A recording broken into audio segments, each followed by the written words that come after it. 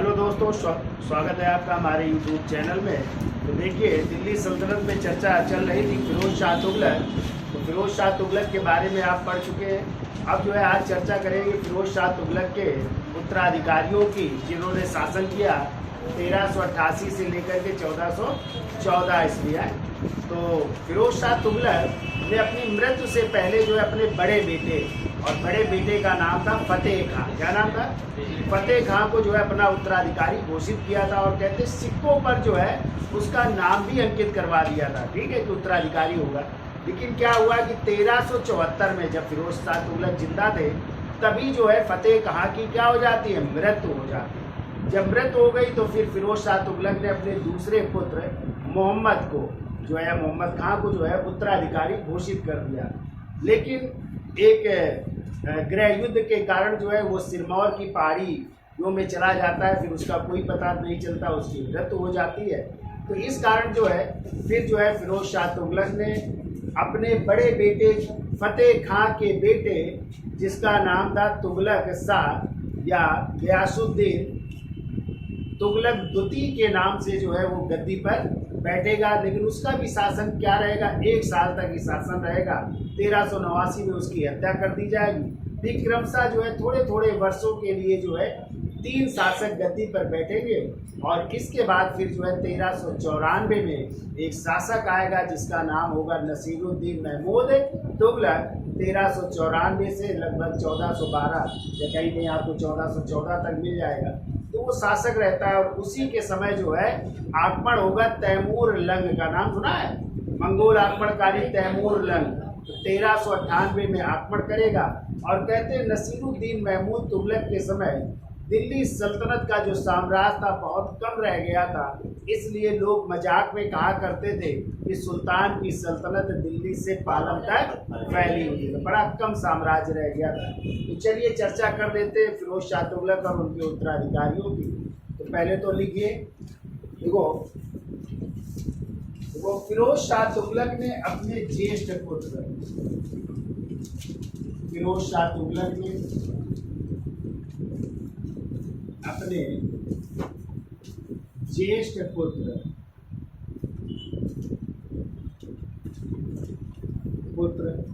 फिरोज शाह को, अपने ज्येष्ठ पुत्र फतेह खां को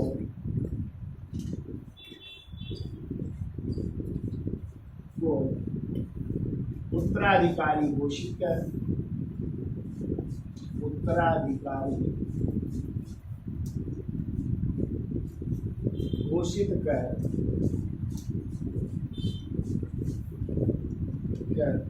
उसका नाम भी सिक्कों पर अंकित करवाया। उसका नाम भी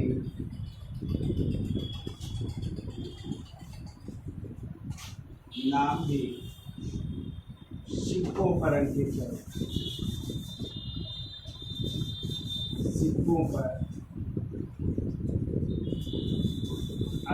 करवाया।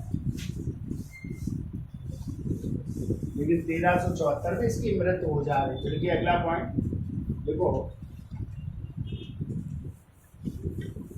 23 जुलाई 1374 ईस्वी को, 23 जुलाई 1374 ईस्वी को फतेह खां की मृत्यु के बाद, फतेह खां की मृत्यु के बाद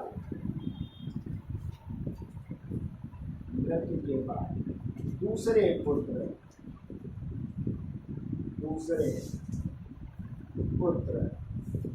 और दूसरे पुत्र का नाम था मोहम्मद खान। देखो, दूसरे पुत्र मोहम्मद खान को उत्तराधिकारी बनाया। दूसरे पुत्र मोहम्मद खान को उत्तराधिकारी बनाया। उत्तराधिकारी बना। लेकिन एक गृह युद्ध हो गया और उसी गृह युद्ध में ये भाग करके चला जाता है कहाँ, सिरमौर की पहाड़ियों पर, और इसका भी कोई पता नहीं चलता। तो फिर फतेह खां के बेटे जिसका नाम था गयासुद्दीन तुगलक शाह, तुगलक शाह नाम था, तो गयासुद्दीन तुगलक द्वितीय के नाम से जो है, तुगलक शाह के नाम से वो गद्दी पर फिर बैठेगा। देखिए अगला पॉइंट लिख लो। देखो, एक गृह युद्ध में मोहम्मद खां, एक गृह युद्ध में मोहम्मद खां सिरमौर की पहाड़ी की ओर भाग गया। सिरमौर की पहाड़ी पंजाब में पड़ती है। सिरमौर की पहाड़ियों की ओर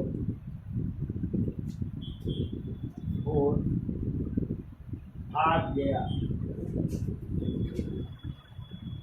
अतः फतेह खां के पुत्र,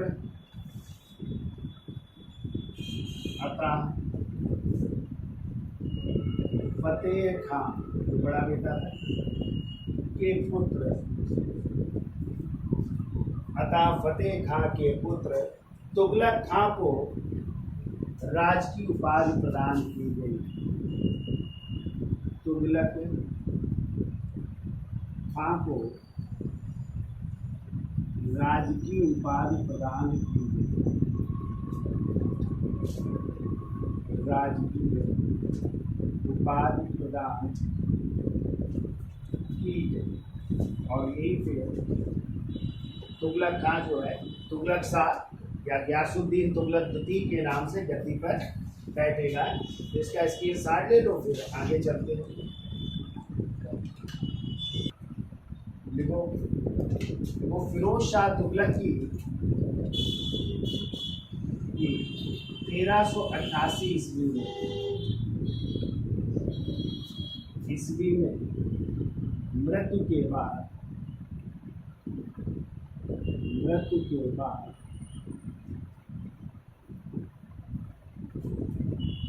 इसे तुगलक खां को किस नाम से, गयासुद्दीन तुगलक द्वितीय के नाम से जो है गद्दी पर बैठाया जा रहा है। ठीक है, मृत्यु के बाद ऐसे लिख लो, फतेह खां के पुत्र, फतेह खां के पुत्र तुगलक खां, तुगलक खां या तुगलक शाह भी कह सकते हैं, तुगलक शाह गयासुद्दीन तुगलक द्वितीय के नाम से, गयासुद्दीन तुगलक द्वितीय के नाम से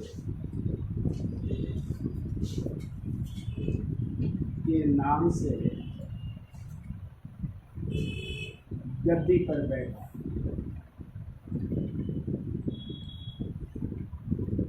गयासुद्दीन तुगलक द्वितीय के नाम से गद्दी पर बैठ रहा है, जो किसका बेटा है, फतेह खां का बेटा है। फतेह खां किसका बेटा था, फिरोज शाह तुगलक का बड़ा बेटा था। ठीक है, लेकिन परंतु 1389 ईस्वी में उसकी हत्या कर दी। परंतु 1389 ईस्वी में उसकी हत्या कर दी। उसकी हत्या कर दी गई। अतः अगले 5 वर्षों में, अगले 5 वर्षों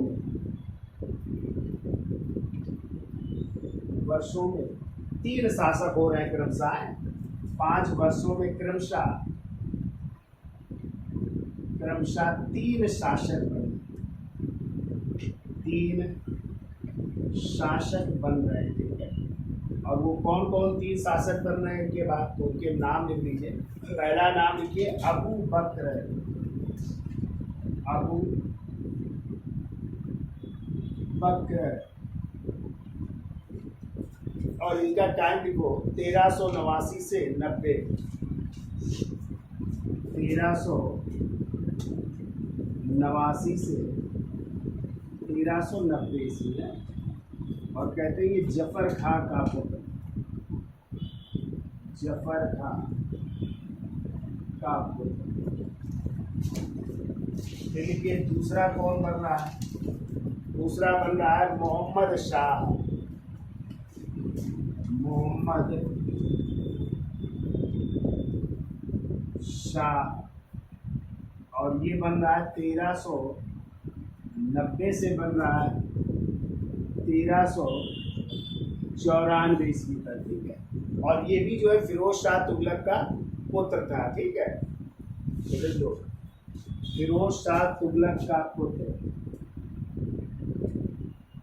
भाई एक पुत्र है, छोटा पुत्र है ये है, लेकिन इसकी जो है मृत्यु हो जा रही है जलेसर में है।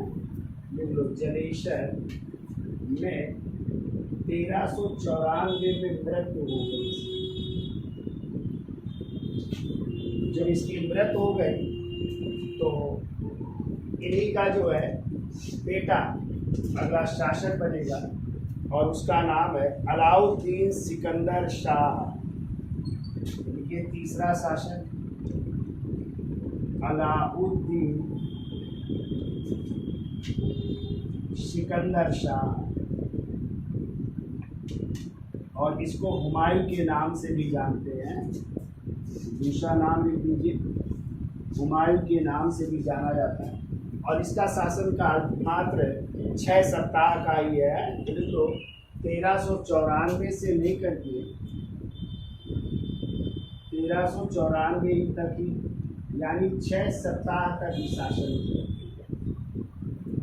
अब इसकी भी हत्या कर दी जाएगी तो इसी का छोटा भाई या मोहम्मद शाह का दूसरा बेटा गद्दी पर बैठेगा, जिसका नाम है नसीरुद्दीन महमूद तुगलक, और वो शासन करेगा फिर 1394 से लेकर के 1412 तक, ठीक है। तो उसके बारे में थोड़ी डिटेल में चर्चा करेंगे। तो ये लिख लीजिए, तुगलक शाह या गयासुद्दीन तुगलक 1 साल बाद हत्या कर दी गई।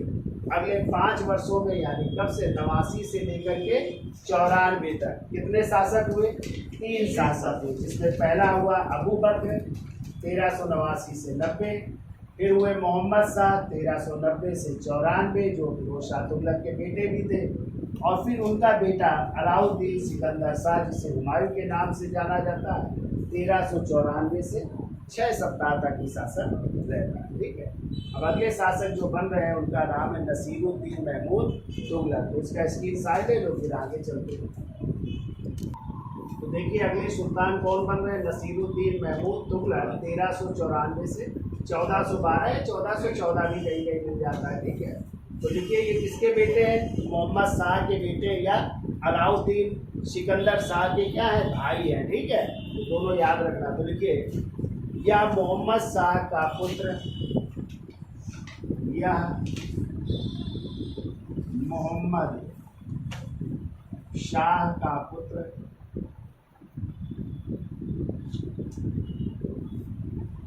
एवं अलाउद्दीन सिकंदर शाह का, अलाउद्दीन सिकंदर शाह का भाई था, अलाउद्दीन सिकंदर शाह का भाई था, अलाउद्दीन सिकंदर शाह का भाई था, और तुगलक वंश का अंतिम शासक, और तुगलक वंश का अंतिम शासक था, अंतिम शासक था। अब इसी जो है नसीरुद्दीन महमूद तुगलक ने एक मलिक सरवर नामक हिजड़ा था, ठीक है, उसको जो है उपाधि दी थी, और उसी मलिक सरवर ने जो है स्वतंत्र जौनपुर में सरकी वंश की स्थापना की। कभी आ जाए, जौनपुर में सरकी वंश की स्थापना किसने की थी? तो इसी का एक अधिकारी था जिसका नाम था मलिक सरवर, जो एक हिजड़ा था, और उसी ने जौनपुर में किस वंश की स्थापना की? सरकी वंश। और जौनपुर को पता है भारत का सिराज भी कहा जाता है ना, सिराज हिंद कहा जाता है। बहुत पूछा जाता है कि किसे भारत का सिराज या सिराज हिंद कहा जाता है, ठीक है। तो और यहाँ पे एक मस्जिद है जौनपुर की अटाला मस्जिद भी बहुत प्रसिद्ध है, ठीक है। तो जब हम प्रांतीय राजवंश चर्चा करेंगे तो वहाँ पे डिटेल में इसकी भी चर्चा कर लेंगे, ठीक है। तो लिखिए अगला पॉइंट लिखिए। देखो देखो इसके समय मलिक सरवर नामक एक हिजड़े ने, इसके समय मलिक सरवर नामक एक हिजड़े ने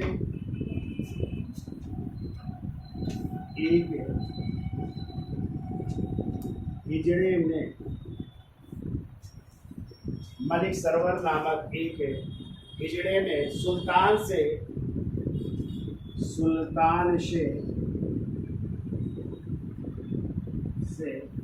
मलिक उस अर्श या इसी को कहते हैं पूर्वाधिपति, यानी पूर्व का अधिपति है, पूर्वाधिपति की उपाधि ग्रहण कर, पूर्वाधिपति की उपाधि ग्रहण कर, उपाधि ग्रहण कर एक स्वतंत्र राज्य जौनपुर की स्थापना कर, एक स्वतंत्र राज्य जौनपुर की स्थापना कर, जौनपुर की स्थापना कर। किस वंश की स्थापना की? सरकी वंश की स्थापना कर, सरकी वंश की स्थापना, सरकी वंश की स्थापना की। और यदि आ जाए जौनपुर की स्थापना किसने की थी भैया, बताइए। जौनपुर की स्थापना की थी फिरोज शाह, किसके नाम से? जौना खां। और जौना खां किसका नाम था? मोहम्मद बिन तुगलक का नाम था ना, तो उसी के नाम से किसकी स्थापना की थी? जौनपुर की। और जौनपुर में जब आ जाए स्वतंत्र सरकी राज की स्थापना, तो कौन कर रहा है? मलिक सरवर, ठीक है। जैसी को ख्वाजा जहां भी कहते हैं, तो मलिक सरवर या ख्वाजा जहां नामक ये हिजड़ा था, ठीक है। इसने जो है स्वतंत्र जौनपुर राज्य में किस वंश की स्थापना की? सरकी वंश की स्थापना की थी, ये भी याद रखिएगा। अगला पॉइंट देखो, देखो नसीरुद्दीन महमूद तुगलक, नसीरुद्दीन महमूद तुगलक, ये नमती लिख लो है। नसीरुद्दीन महमूद तुगलक के शासनकाल में ही, के शासनकाल में ही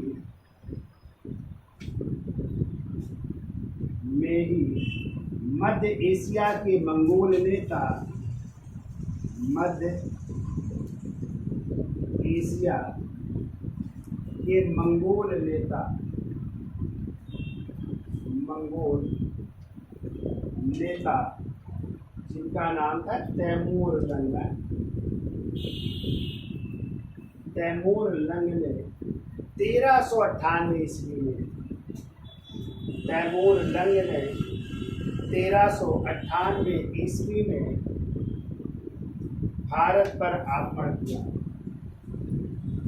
1398 ईस्वी में भारत पर आक्रमण किया, यानी इसी के समय आक्रमण हो रहा है, उसका आक्रमण किया। कहते हैं तैमूर लंग का नाम क्यों जो है तैमूर लंग पड़ा, तो कहते हैं एक पैर से जो है घोड़ा लंगड़ा करके चलता था, ठीक है। इस कारण उसे लंगड़ा, लंग मतलब लंगड़ा भी कहते थे, ठीक है। एक पैर से लंगड़ा, तैमूर लंग हुआ है। तो ये किस कब आक्रमण हो रहा है? 1398 ईस्वी में भारत पर इसका आक्रमण हो रहा है, ठीक है। अब जब आक्रमण हुआ तो जो मुगल बादशाह, जो ये सुल्तान है नसीरुद्दीन महमूद तुगलक, भाग जाते हैं अपने वजीर के साथ, किसके? मल्लुक इकबाल के साथ। कहाँ भाग जाते हैं? गुजरात भाग जाते हैं, ठीक है। तो लिखिए अगला पॉइंट, भारत पर आक्रमण किया। लिखिए अगला पॉइंट, तैमूर लंग के आक्रमण से पराजित होकर तैमूर लंग के आक्रमण से पराजित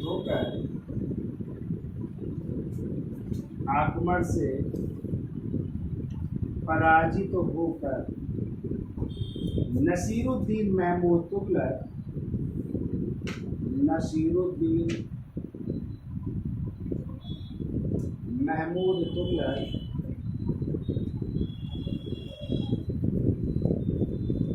अपने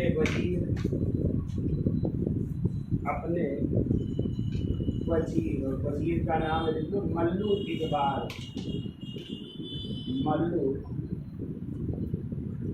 इकबाल के साथ गुजरात भाग गया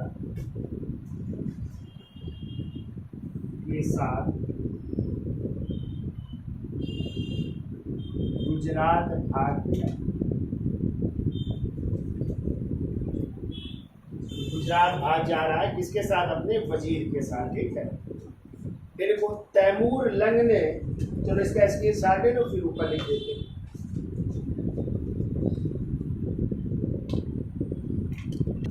तो देखिए जब तैमूर लंग ने आक्रमण किया तो जो ये सुल्तान है नसीरुद्दीन महमूद तुगलक अपने किसके साथ? वजीर मल्लू इकबाल के साथ कहाँ भाग गया?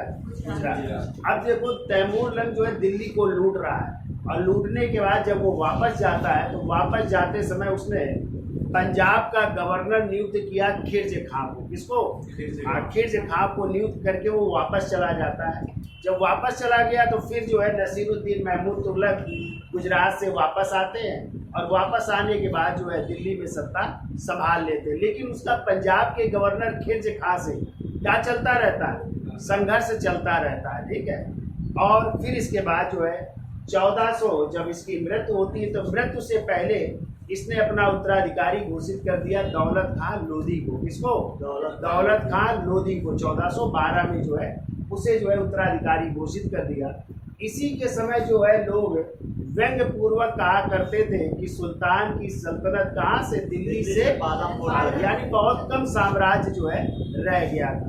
अब जब दौलत खान लोधी बन गया तो दौलत खान लोधी का भी पंजाब के गवर्नर खिरज खां से संघर्ष चलता रहा। अंत में जो है खिरज खां ने दौलत खां को जो है गद्दी से हटा करके जो है फिर सुल्तान बनेगा और एक नया राजवंश स्थापित करेगा, वही होगा सैयद वंश। इस तरह भी 1414 से 1451 तक कौन सा वंश आ जाएगा? सैयद वंश आ जाएगा। ठीक है, और इस तरह दिल्ली सल्तनत में यदि आ जाए सर्वाधिक समय तक शासन करने वाला कौन सा वंश था? तो वो था तुगलक वंश, जिसने कितने 94 वर्षों तक शासन किया। कब से कब तक? 1320 से लेकर के कब? 1414 तक है, माना जाएगा 1414 तक। ठीक है, तो चलिए लिख लेते हैं हम। देखो तैमूर लंग ने दिल्ली को लूट कर वापस जाते समय तैमूर लंग ने दिल्ली को लूटकर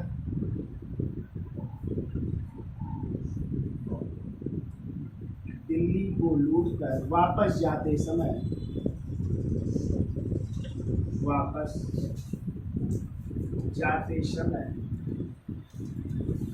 पंजाब का गवर्नर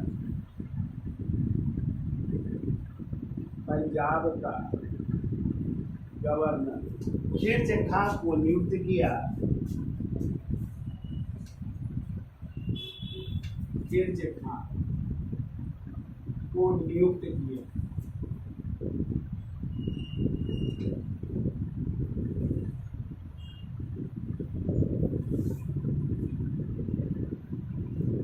इस तरह पंजाब का गवर्नर कौन बन रहा है? खिरज खां बन रहा है। ठीक है, परंतु तैमूर के वापस जाने के बाद अगला पॉइंट को, परंतु तैमूर के वापस जाने के बाद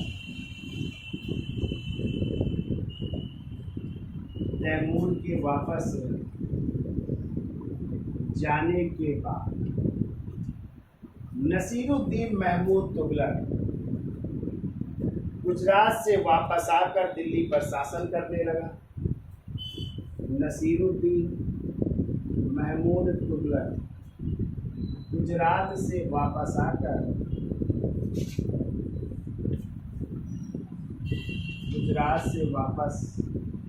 आकर दिल्ली में शासन करने लगा। दिल्ली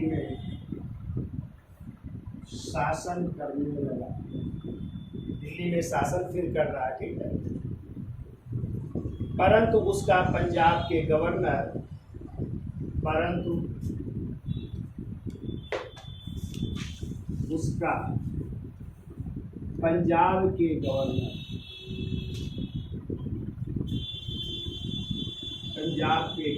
खिरज खां से संघर्ष चलता रहा। खिरज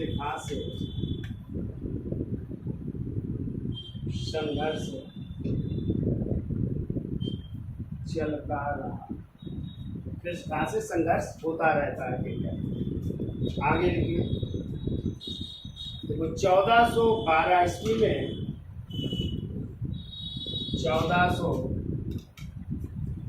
12 ईस्वी नसीरुद्दीन महमूद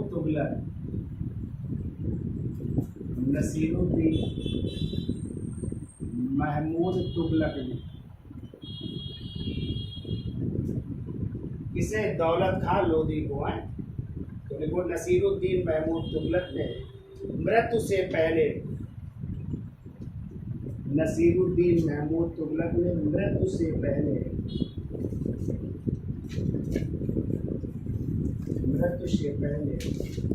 दौलत खान लोधी को सत्ता सौंपी।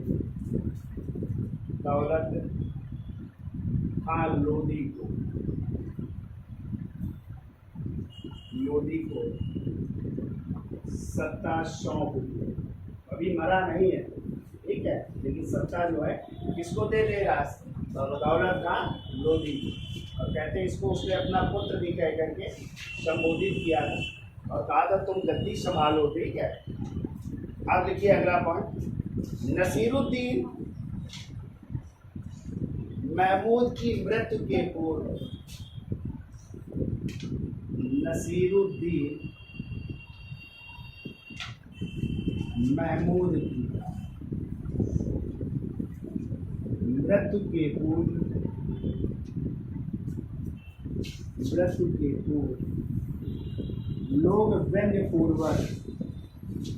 लोग व्यंग्य का मतलब होता है मजाक। व्यंग्य पूर्वक कहा करते थे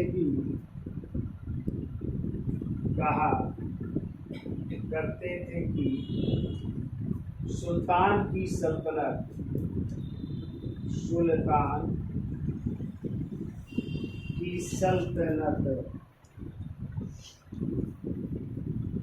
दिल्ली से पालम तक फैली हुई है। दिल्ली से पालम तक, और पालम आपको पता है दिल्ली में ही है ना पालम हवाई अड्डा, जिसका नाम है इंदिरा गांधी अंतर्राष्ट्रीय हवाई अड्डा। पालम तक फैली हुई है। बहुत कम साम्राज्य रह गया था, ज़्यादातर तो किसके समय, मोहम्मद बिन तुगलक के समय राज्य स्वतंत्र हो गए थे। जैसे विजयनगर तब स्वतंत्र हो गया था 1336 में हरिहर और गुप्ता ने। ऐसे बहमनी साम्राज्य भी कब 1347 में अलाउद्दीन असल बहमन शाह आसन गंगुल और फिरोज शाह तुगलक के समय कई राज्य स्वतंत्र हो गए, ठीक है। और अब इसके समय बहुत से राज्य स्वतंत्र हो गए थे। तो इसलिए कहा जाता है, लोग मजाक में कहा करते थे कि सुल्तान की सल्तनत कहाँ से, और दिल्ली से लेकर के कहाँ तक, पालम तक फैली हुई है। यानी दिल्ली और पालम के बीच ही फैली हुई है, ये कहा करते थे, ठीक है। उसका स्क्रीनशॉट ले लो, फिर आगे चलते हैं।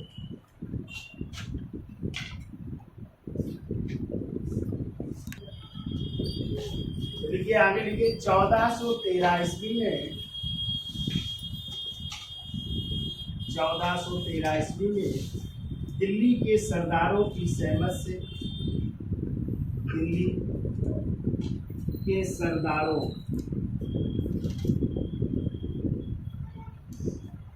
सहमति से दिल्ली के सरदारों की सहमति से दौलत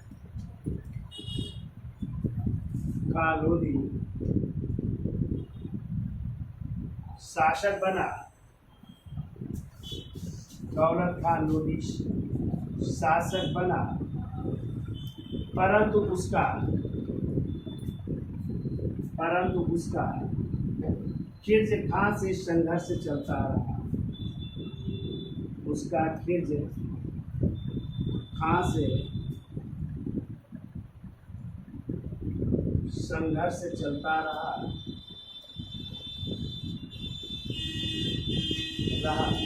अंत में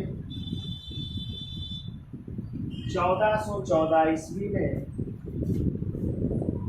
1414 ईस्वी में खिर्ज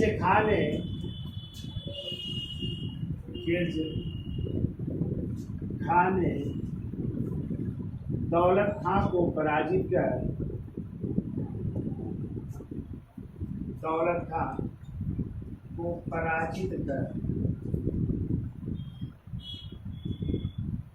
किस वंश की स्थापना की? सैयद वंश की स्थापना। आगे आप लोग पढ़ेंगे सैयद वंश की स्थापना। सैयद वंश की स्थापना। और दिल्ली सल्तनत से किस वंश का अंत हो गया?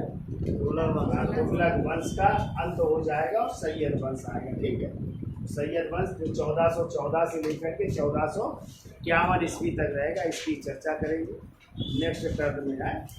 धन्यवाद।